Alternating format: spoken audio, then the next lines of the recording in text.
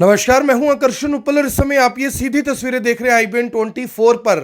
आपने कई बार सुना होगा कि एक शख्स दूसरे को धमकी देता है कि अगर तूने आवाज निकाली, अगर तेरी आवाज निकली तो मैं तुझे जान से मार दूंगा।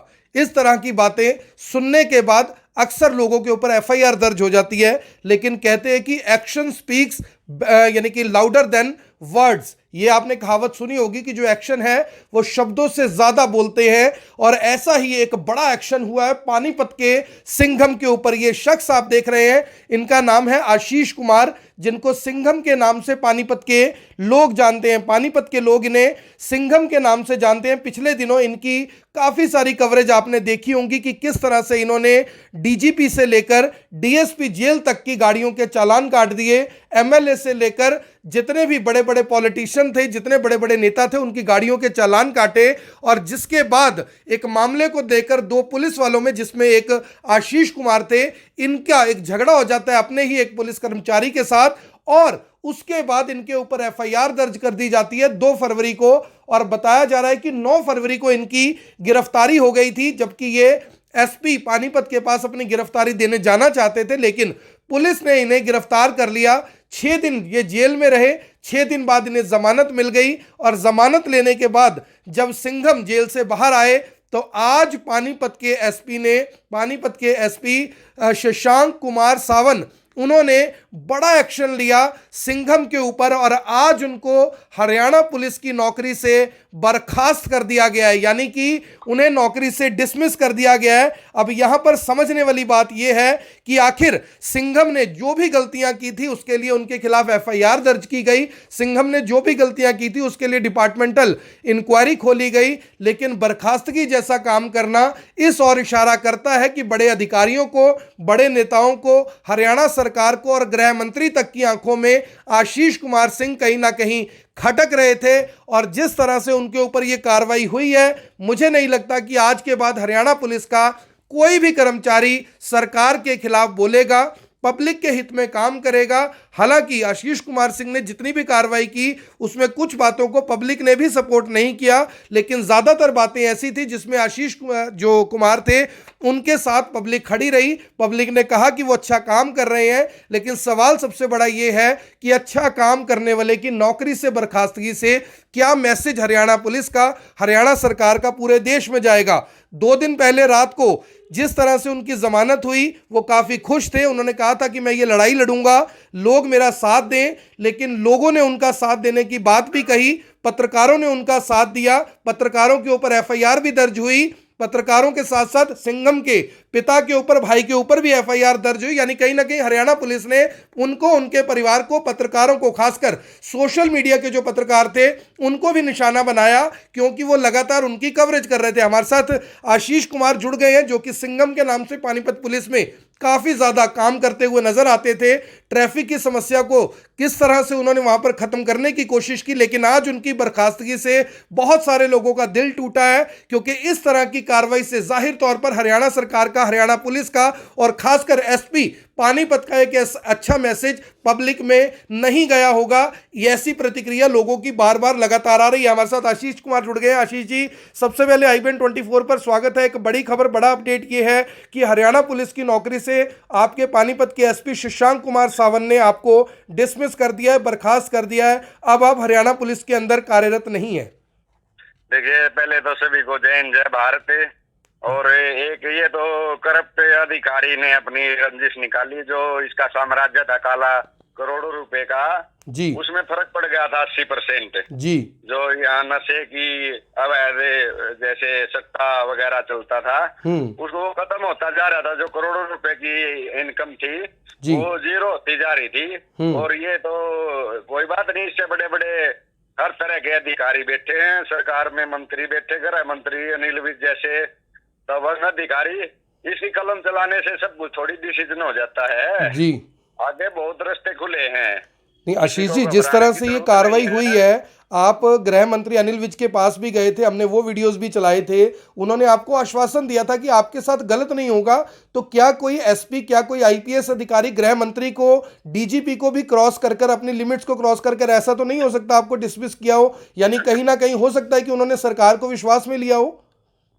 नहीं, ऐसा नहीं हो सकता। सरकार विश्वास में कोई गलत काम हो तो सरकार को विश्वास में भी रखे। ये तो कोई अच्छा है, करप्शन का मामला था जी। करप्शन के खिलाफ तो चलाई थी जी। इसने अपनी पर्सनल तौर पे वो कर दी भाई। अपनी जो इसकी जो यहाँ इसकी वसूली उजागर हो गई थी, हर तरह से मामले उजागर हो गए थे जी। इसने अपनी रंजिश निकालने की। इससे बड़े बड़े अधिकारी बैठे हैं ऊपर, सरकार बैठी है, अभी फिर दोबारा फिर जाएंगे लोगों को साथ लेकर।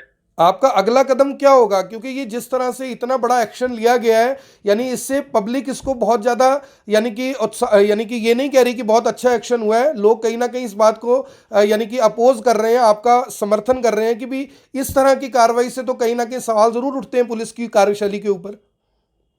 देखिए, इन्होंने एक तो मेरा फोन है जो तरीके से ले रखा है, उसमें जैसे पानीपत के जो करप्टेड अधिकारी हैं उनके काफी एविडेंस थे। सबसे पहले तो मुझे ये इन्होंने गिरफ्तारी सीधे डाली था कि इसके फोन में जो एविडेंस वगैरह है उनको खत्म कर दिया जाए, झूठा मामला बना के गिरफ्तारी इसलिए डाली है। फिर इसने और आगे अधिकारी बैठे हैं, ये तो सब कुछ यही थोड़ा हो गया है। आगे और है आईजी डीजीपी है, हरियाणा सरकार है, आगे हाई कोर्ट सुप्रीम कोर्ट, सभी दरवाजे खुले हैं मामले में। तो आपने यानी अपने अधिकारी को जिस तरह से आपने एक वीडियो जारी की, आपने कहा मेरा अधिकारी गंदा अफसर है, मेरा आईपीएस गंदा अफसर है, आज भी आप उन्हें सीधे तौर पर डायरेक्ट कह रहे हैं कि वो करप्ट ऑफिसर हैं, तो ऐसे में आपको लगता है, क्योंकि जो आईपीएस अब जितने भी आपकी शिकायतें जाएंगी सब कुछ आईपीएस अफसरों के पास ही जाएगा, तो आपको लगता है कि कोई बड़ा आईपीएस अधिकारी अपने ही किसी आईपीएस अधिकारी के खिलाफ बात सुन लेगा, सुनवाई आपकी होगी और उन्होंने जो एक्शन लिया उसको रिवर्स किया जाएगा, ऐसा लगता है आपको? हर तरह के अधिकारी हैं, ईमानदार अधिकारी भी हैं, आईपीएस अधिकारी ऐसे होते रहते हैं, फैसले पलटते रहते हैं। एक ये कर गया तो ये जैसे दुर्भावना से इसने जो कदम उठाया है जी, तो उसको पलटा भी जा सकता है, ऐसे फैसले पलटते हैं। अगला अब आपका कोर्स ऑफ एक्शन क्या होगा, क्या करेंगे? क्योंकि जाहिर तौर पर जब आपको ये खबर मिली होगी दिल तो टूटा होगा, ऐसा लग रहा होगा कि 140 करोड़ की आबादी में सिर्फ आपको ही इसके लिए क्यों चुना गया? नहीं, ऐसा कोई दिल टूटने वाली बात नहीं है। हम अगर किसी चीज के खिलाफ आवाज उठाते हैं तो नतीजे के लिए भी भुगतान करना चाहिए, क्योंकि हमने चुप रह के, आम जनता ने सभी ने चुप रह के इसको करप्शन करने वालों को इतना बढ़ावा दे दिया है। ये रगों में बैठ गए हैं अपने देश की, और अगर हम फर्स्ट टाइम से सभी इनका विरोध करे तो जल्दी साफ हो जाएंगे ऐसे करप्टेड लोग। तो आप आशीष जी, परिवार में इस समय क्या स्थिति है? आपके पिताजी उस दिन काफी परेशान थे जब अरेस्ट किया गया, उनके ऊपर, उनके आपके भाई के ऊपर, कई पत्रकारों के ऊपर, हमारे करनाल के भी 2 पत्रकारों पे एफआईआर दर्ज की गई है। ये सब क्या चीज दिखा रही है, यानी सरकार, पुलिस क्या दिखाना चाहती है ये सब कुछ करके? ये इसकी बदमाशी है कि चोर अधिकारी की, और कुछ नहीं है। सरकार को इसमें संज्ञान मिलेगी, सरकार भी और पंचायतें भी और हरियाणा के सभी देशवासी इसके पूरा जोर विरोध करेंगे ऐसे अधिकारी का, जो ऐसे गलत तरीके से ऐसे कानून नियमों को ताक पे रख के ऐसे गंद फैला रहा है एक समाज में। अगले साल चुनाव हैं 2024 में, ऐसी उम्मीद है कि लोकसभा और विधानसभा के चुनाव एक साथ होंगे, और जाहिर तौर पर क्योंकि अब आप बर्खास्त हो गए हैं तो अब आपके हाथ खुले हुए हैं, तो क्या ऐसी भी कोई परिस्थिति या स्थिति बन सकती है कि जो सिंघम है वो चुनाव लड़ें? क्योंकि लोग ऐसा कह रहे हैं कि अब आपके पास सिर्फ एक रास्ता बचता है पब्लिक की सपोर्ट का, कि आप चुनाव लड़के ऐसे ही अधिकारियों के समक्ष अपनी लड़ाई लड़ सकते हैं। कुछ ऐसा भी प्लान है आपका? ऐसा कुछ नहीं है जी। और फिलहाल तो अपना खेती बाड़ी में हल्की फुल्की जो भी काम होगा अपना करेंगे जी। और ऐसा कोई वो नहीं है, क्योंकि ये जब एक अपनी ये लड़ाई लड़ेंगे जनता को साथ लेके इस मामले में। जी। हाँ। तो आशीष भाई, आपने बात की, आपका बड़ा धन्यवाद। और मुझे लगता है कि जो इस तरह की खबर है ये कहीं ना कहीं सबका दिल तोड़ने वाली है, क्योंकि पत्रकारों ने, आम लोगों ने आपका काफ़ी साथ दिया, और ऐसे में जिस वजह से वो आपका साथ देते थे वो वजह आपसे छीन ली गई है। हरियाणा पुलिस की वर्दी जिसे आप प्यार करते थे, पहले जैकेट छीनी गई आपसे, अब आपकी वर्दी ही ले ली गई है। आज रात को क्या वैसी ही नींद सो पाएंगे जैसी वर्दी में सोया करते थे, या कुछ टेंशन रहेगी? नहीं, इसमें टेंशन वाली कोई बात नहीं है। मैं तो कोई चाय की भी दुकान कर लूंगा ना, मेरा तब भी अच्छा खासा है, यानी कि हो जाएगा गुजारा जी। अपने फैंस को फ्री में चाय पिलाया करूंगा। अच्छा, तो अपने फैन से, अपने फॉलोअर से, जो लोग आपको सुन रहे हैं, आशीष कुमार सिंघम, कुछ मैसेज देना चाहेंगे उनको? ये है, आपने चिंता करने की जरूरत नहीं है। इनके भ्रष्टाचारियों के खिलाफ आवाज उठाया करो। ये कि कितनों को दाब लेंगे, 1 को 2 को 3 को, आखिरकार इनको मिटना पड़ेगा इसे अपने समाज से, देश से। चलो आशीष जी, हम तो आपको आपके भविष्य के लिए बधाई देते हैं। कोशिश रहेगी कि आपकी इस लड़ाई में जिस तरह से कम सोशल मीडिया ने आपका साथ दिया, वैसा साथ सभी लोग आपका जरूर दें। बहुत बहुत धन्यवाद। थैंक यू, जय हिंद, जय भारत। जय हिंद जी। तो ये थे आशीष कुमार, जिन्होंने सीधे तौर पर कह दिया चुनाव लड़ने का कोई इरादा तो नहीं है, लेकिन चाय का खोखा खोलने का मेरा इरादा ज़रूर है। अपने फैन और फॉलोअर्स को मैं मुफ्त में चाय ज़रूर पिलाया करूंगा। लेकिन इस मामले के ऊपर क्या आप समझते हैं, क्या इनडिसिप्लिन यानी कि जो अनुशासनहीनता है, इसको लेकर जो बर्खास्तगी की गई है आशीष कुमार सिंघम की, क्या इस तरह की बर्खास्तगी होनी चाहिए थी?